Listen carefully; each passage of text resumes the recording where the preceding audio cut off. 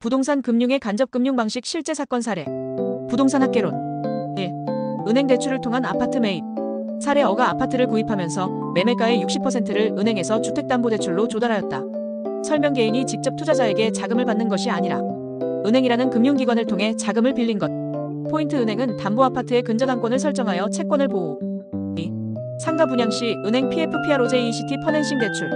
사례 건설사 B가 상가 신축 자금을 마련하기 위해 시중은행에서 PF 대출을 받았다. 하지만 분양이 잘 되지 않아 원리금 상환이 지연되어 부도 위기 발생.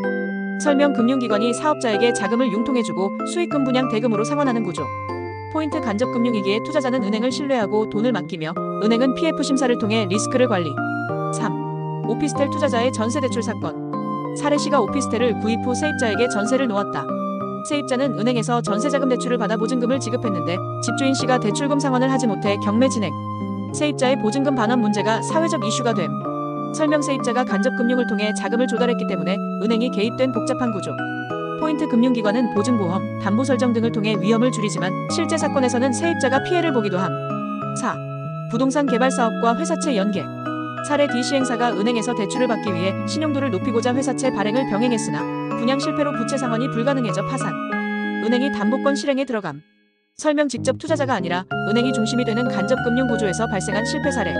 포인트 간접금융은 안정적이지만 대규모 개발 사업. 실패 시 금융권의 부실채권으로 이어질 수 있음. 5. 주택담보대출 금리 인상 사건. 사례 2가 2억 원을 은행에서 대출받아 빌라를 매입했는데 금리 인상으로 원리금 상환 부담이 급증하여 연체 발생.